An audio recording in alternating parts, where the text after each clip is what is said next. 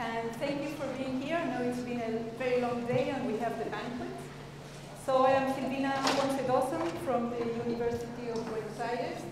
We are not exactly part of this iPoLS network. We would like to be part of it.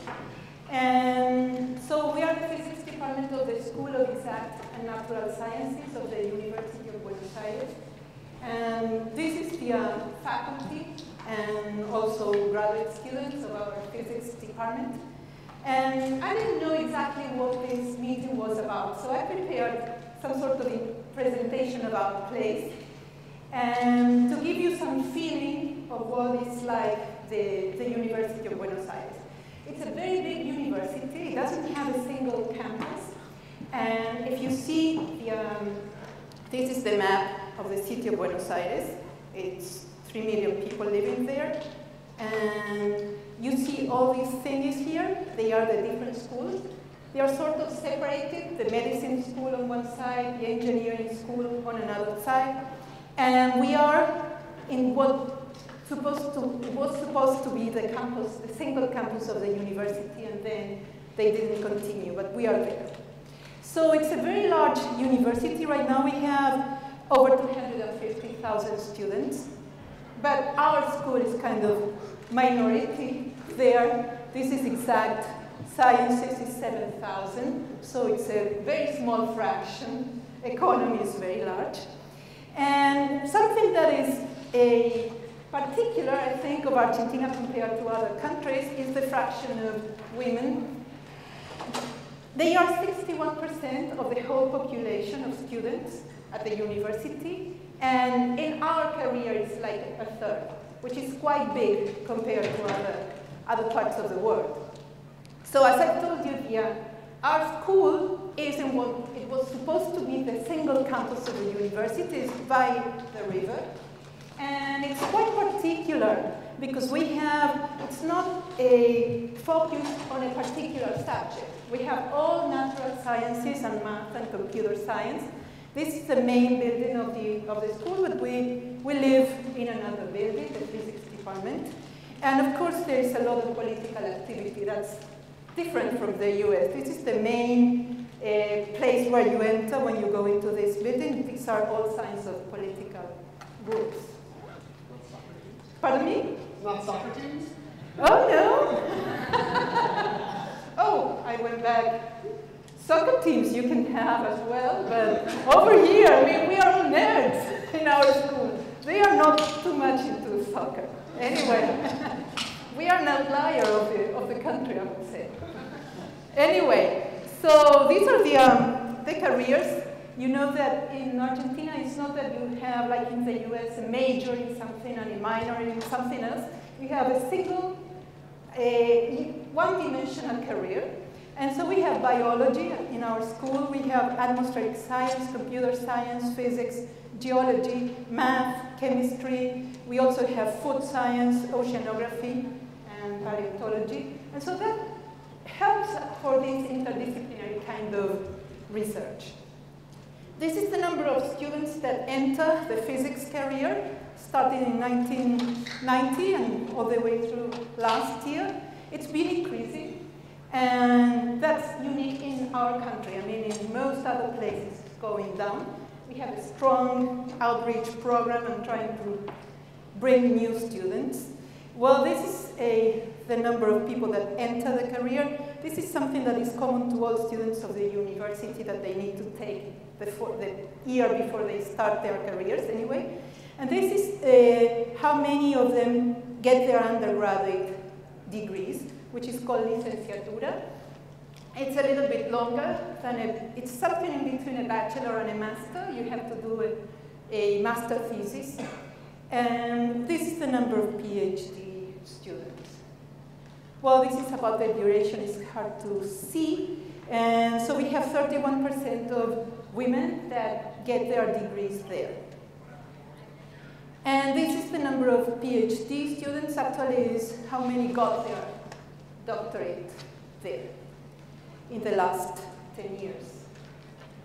Well, this is some statistics I collected a while ago because I've been very active in the Women in Physics movement.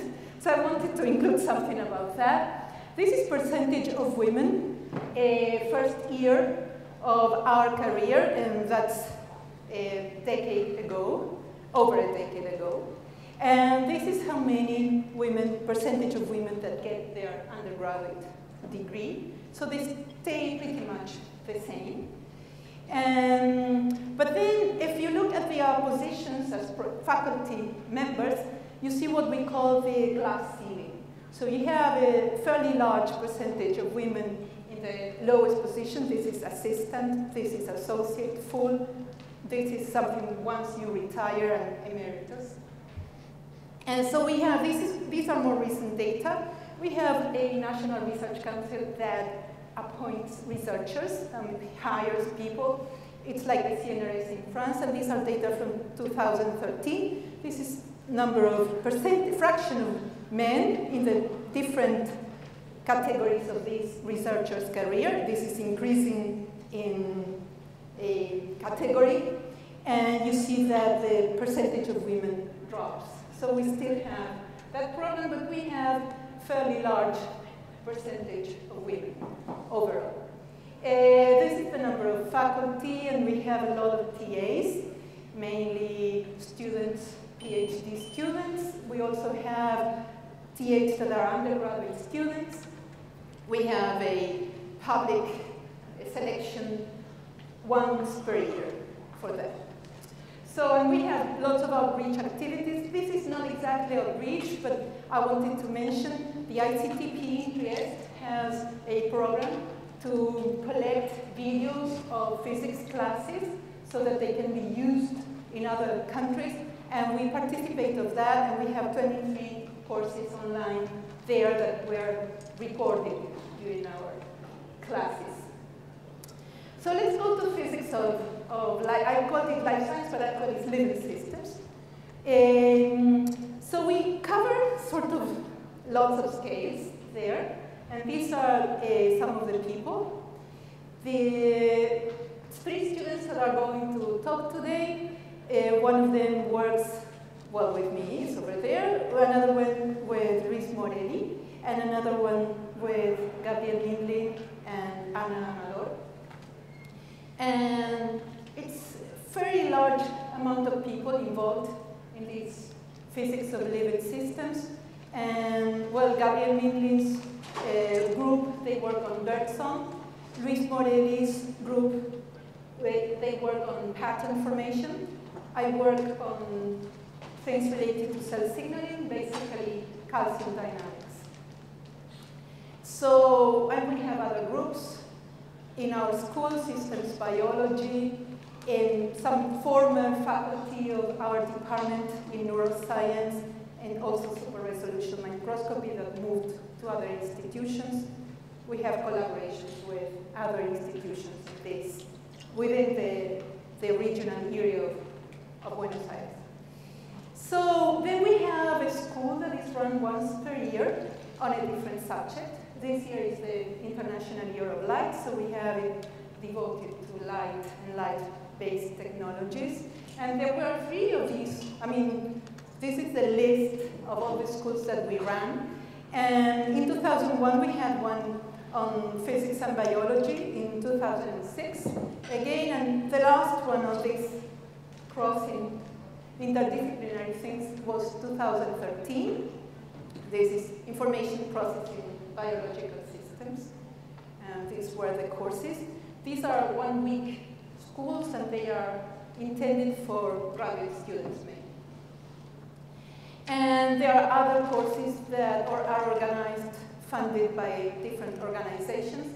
And in particular, I wanted to mention this program that is called the Latin American Postgraduate Program in Biophysics, that actually was an initiative that started from people that belong to the IU PAB with me in biophysics. And the idea is that students get do their PhDs in their home institutions, but then there is like an umbrella kind of thing that says, well, I accept that as part of this Latin American program in biophysics, and there are some courses that are organized like that, and some money put into that so that students can go to other countries to to take courses for their PhDs. Well, these are other schools that were organized there. So let me tell you a little bit about my group. Lucia is going to talk later. Emiliano, he's about to finish. He has to defend his thesis. Stefania and Cecilia, we are all physicists with the exception of Cecilia, she's a biologist. And we work mainly on calcium dynamics, but with Emiliano, who is the one that is doing theory, all the rest are combining modeling and experiments. We also look at other kind of problems. And so what we like to look is at spatial temporal dynamics. And as I told you, the main thing is calcium signals. We do the experiments and we do the mathematical modeling. So, well, calcium, I guess you all know, is involved in many processes that are relevant for physiology. And calcium is at very low concentrations in the cytosol. And so when something makes it change, it's a huge change in the cell. And how does calcium change in the cytosol is because some channels open up on the plasma membrane or on the membrane of internal stores like the endoplasmic reticulum. And then the way calcium distributes itself inside the cell, both in space and time, determines, and of course the cell type, determines the end response. And so far we've been looking mainly at how it gets distributed in time and space inside the cell. So we talk about the words of calcium. There is a language to calcium, and we want to make like a list of words, not attaching any meaning to the words, just looking at the spatial temporal distributions and how those spatial temporal distributions are established. And then one of the questions, today there was this question about modeling. One of the questions is about what the modeling is good for, what level of detail, and we realized pretty early that we needed to quantify ourselves some relevant parameters that are not of great interest to quantify by biologists. And so we have a great deal of effort trying to quantitate parameters of interest. And so these are some of our lines of research. Mainly in the case of calcium, we look at calcium signals that arise when some channels that are on the plasma, on the membrane of the endoplasmic reticulum open up. They are called IP3 receptors. They need to bind IP3 and calcium to become open. And we look at the calcium distribution by inserting some dyes in the cell and looking at the fluorescence changes. Now we are starting new collaborations going into others. All the experiments we've been doing in oocytes of a frog that is called Xenopus laevis. And now I started some collaborations to look at calcium in 2 other cell types, in particular yeast and also some migrating cells. And the experimental techniques that we sort of focused on one hand, to quantitate some transport parameters, mainly we studied a lot fluorescence correlation spectroscopy, in particular from a theoretical point of view, going beyond calcium. But in particular, we also want to apply it to quantify the diffusion coefficient of calcium in the cytosol, and we have some very interesting new results on that. Then we also like to do some microscopy with various colors at the same time. And in particular, Lucia is going to talk about viewing calcium from the luminal and the cytosolic side. And also we want to look at calcium and the IP3 receptor SMART. We haven't done that yet. We also have been doing competition between calcium dyes. Actually, because calcium needs to be very low, there are mechanisms in the cell to keep it low. And one mechanism is trapping by buffers. And so we were interested in seeing how buffers of different kinetics affected the calcium distribution. And what we did was put dyes that emit in different wavelengths and to study this competition for calcium. Then, in collaboration with Hernan Greco, who is another professor at our department in this area, he's starting to put together a spin setup, and so we want to be able to use it and collaborate with that. And then, well, we have all these mathematical models. We have particle models, mean field models, and in particular, we have both quantitative and qualitative models. And I'm going to give you two examples. The first example of two examples that are quite different. The first one relates to calcium, the other one does not. And so since we wanted to look at this competition of buffers, calcium buffers using dyes that emit in different colors, we wanted to sort of compare how good both reporters were. I mean, if they could give the same sort of signal-to-noise ratio to observe calcium images. And so we did some experiments in all sites. These are confocal microscopy experiments. These are line scan. So this is time, this is space, and with the color you see the fluorescence. Over here you see a localized signal. Over here the signal is like more spread. And this is with one dye that is called fluo4. These two are with another dye that is called rod2. And so we wanted to see if they were both equally good. This one had been used quite often. This had been used less often to observe these type of signals. And so we thought of a method to compare how good they were to detect the smallest possible signals that they could detect.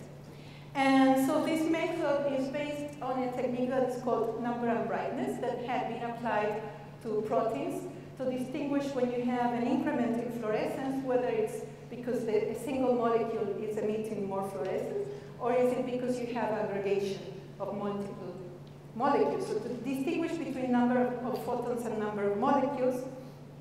And so inspired in that, our method performs 3 types of experiments. This is hard to see, but this is sigma, so the standard deviation as a function of the mean fluorescence in different regions for the 3 types of experiments probed here. These experiments are probed photoreleasing IP3 to induce the release of calcium from the ER. These are performed under basal conditions. So it's what you do before you release IP3. And you study the fluorescence fluctuations under basal conditions. You do it changing the power of the laser with which you illuminate the sample, and then you also change basal calcium. And with these 3 results of how the fluctuations compare to the mean of the fluorescence, we quantitate the parameters of a model that we can use to produce images that have realistic noise. These are images with only the numerical simulation of a model for the 3 conditions that were probed experimentally, and there's not much difference. It seems like all the signals are equally detectable, but then when we add realistic noise, we see that the middle one is harder to detect. And well, we have then a way, to quantify the signal-to-noise ratio. This is the table that is hard to see. And so we have a method to attach a signal-to-noise ratio to the calcium imaging conditions a priori. And then the other example that I wanted to give was about FCS. In particular, FCS is used to measure transport rates, and what it does, it illuminates a very small volume, and it looks at the fluorescence record, and then computes the autocorrelation function, and from the autocorrelation function, they obtain correlation times, and you need a model to interpret those correlation times in terms of transport. So what happens, the question we asked was, it's very easy to say what happens to transport when it's only diffusion, but what happens when it's diffusion and reaction? which is what was important for calcium, because calcium is highly buffered in cells. And so depending on the timescales that characterize diffusion in the observation volume and the reaction rates, you can either get the free diffusion coefficients, or you can get something that we call effective diffusion coefficients. Someone was talking about that yesterday, which is looking at a very long record and seeing what's the net transport of the substance you're looking at. And what we had found a while ago was that if you follow an individual molecule, or if you follow how a perturbation on a collection of molecules diffuses out with time, if you have reaction and diffusion, the rate at which these two things happen, which actually in free diffusion it's the same, it's the diffusion coefficient. In the case that you have diffusion and reactions, they are different.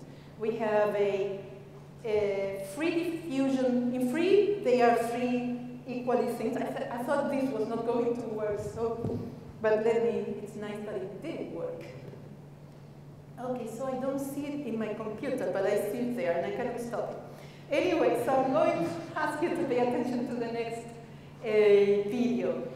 This is a simulation in which we are showing the concentration of the particles whose transport we want to quantitate with FCS experiments, for example. But these molecules not only diffuse, but they also react.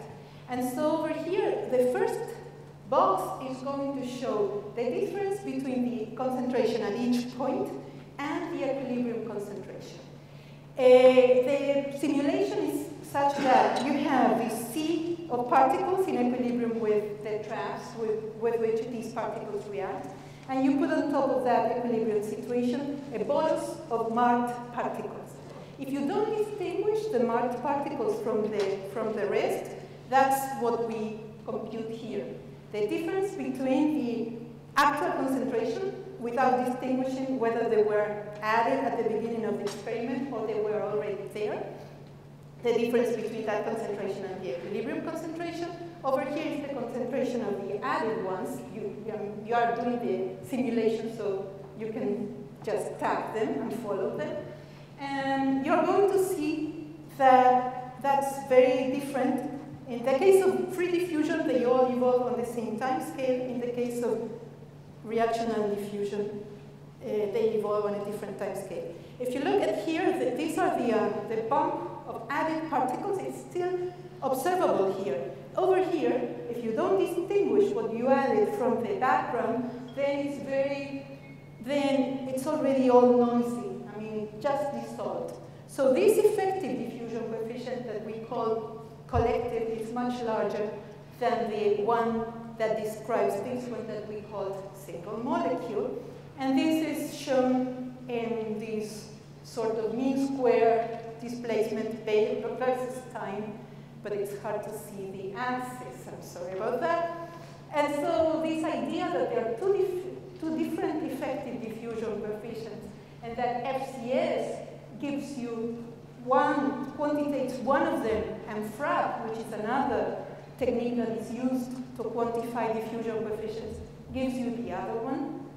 We applied that idea to explain some apparently contradictory results on the diffusion of bicoid. Someone talked yesterday about bicoid, which is a transcription factor in Drosophila embryos.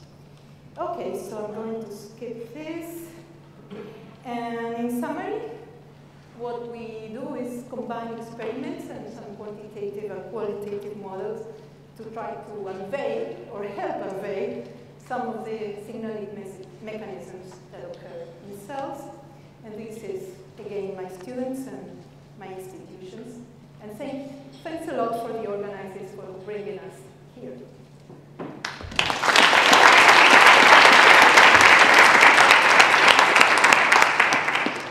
So am I chairing everything? Asking if someone wants to ask a question?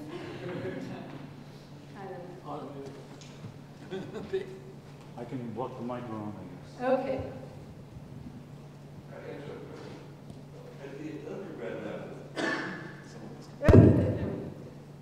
At the undergraduate level, can you have some of your undergrads actually taking some life science courses, or the curriculum is so jammed with physics and math there's no time left? No, actually, the physics career has 3 optional courses.